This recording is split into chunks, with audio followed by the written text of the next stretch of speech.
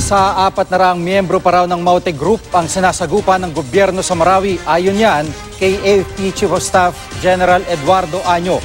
200 daw sa kanila ay Maranao, may 50 namang yakan na galing daw mismo kay Isnilo Napilon. Ang alam daw ng militar, nasa Marawi pa rin si Napilon at Maute Brothers. Patuloy rin nilang biniberipika kung patay na nga ang magkapatid.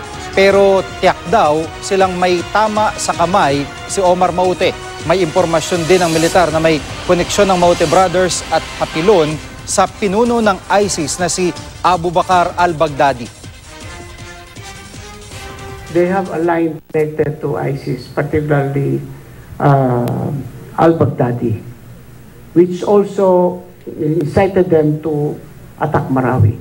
They'll kill as many non-Muslims as they can to show to the world that there is already an existing ISIS caliphate in the Philippines.